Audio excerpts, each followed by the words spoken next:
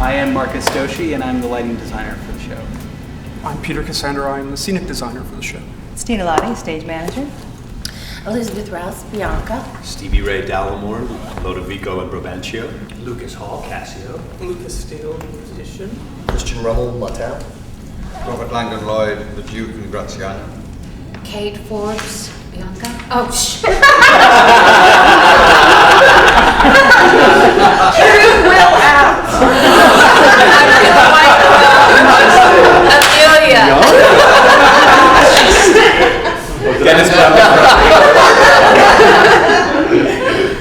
Elizabeth Waterston, Desdemona. Sean Thomas, Othello. John Campion, Uncle Barney.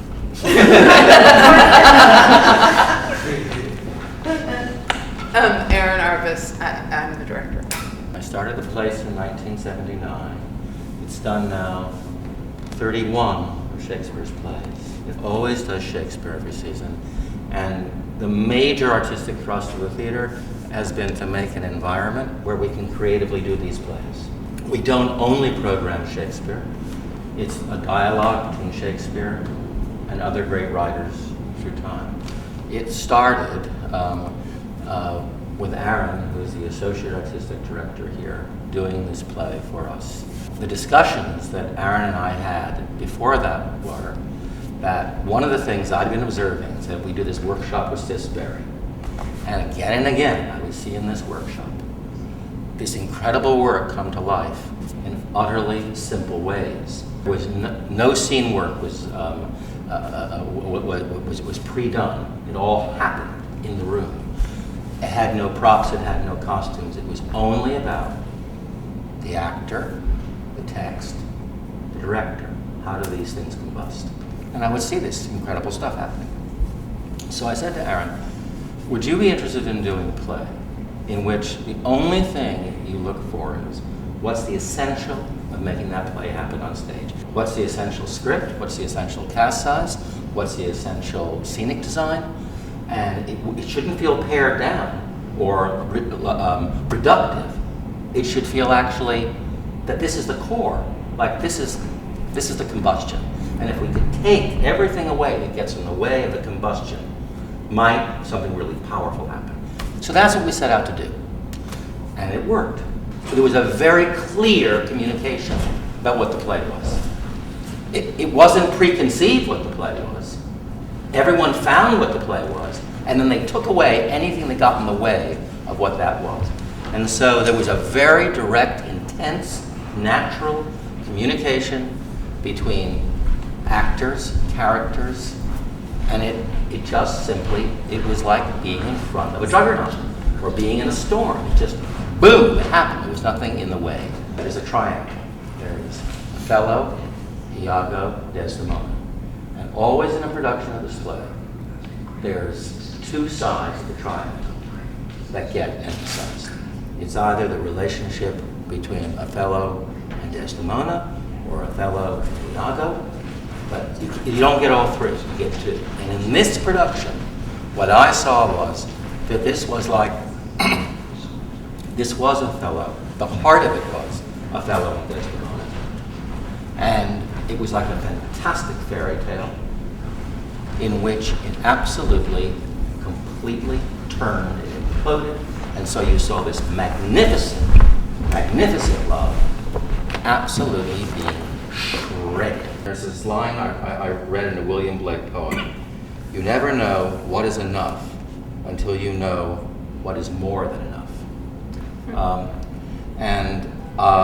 In these rehearsals, I hope you use the rehearsals to find out what's enough.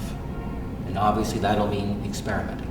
I've worked with a lot of directors, really trust that this director is able to create these very intense natural exchanges and to eliminate these distractions. She's a very, very good guide of what's essential. I want to sort of talk about what Jeffrey mentioned, which is that,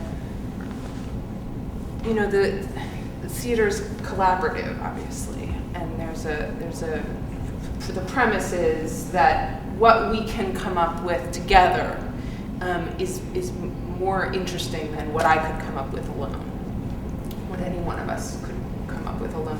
For me, the act of putting together a production it's about, you know, a group of people sitting in a room together and trying to make discoveries, and it's whatever discoveries we make come from those specific people. It would not be fun for me to duplicate a production that I already directed, and we have this amazing combination of people, and so for me the exciting thing is to rediscover it. The play is timely, depicts a society that promotes diversity and undermines it, a society that believes that emotion could be dominated by reason, and which is a very Christian idea, and we see that in Act One.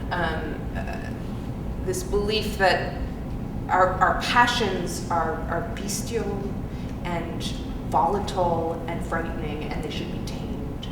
I'm interested in the hate in the play, in the racism and the misogyny, which I think is it's bubbling with that, and I'm interested in the love between Othello and Desdemona and other characters too.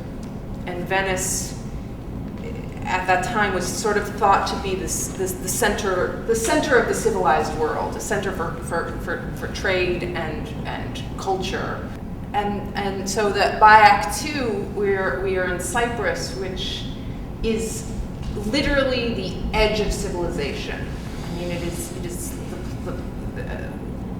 where Christians and the land where Christians and heathens come face to face and confront each other. What ends up happening is that Cyprus is like turns into Circe's island, and the men turn into pigs, and Iago escorts. You know, his gift is being able to sort of squeeze the basest part of every man out of him, and we see that the enemy is in fact within. It's not it's not out there. The enemy is within the nation and within the military and within each man. We're setting this production in the historical time, which is actually 50 years prior to when it was written. The historical context is so specific. Just put it in that period, I think, leaves room for the audience to discover the connections between our world and the world of the play.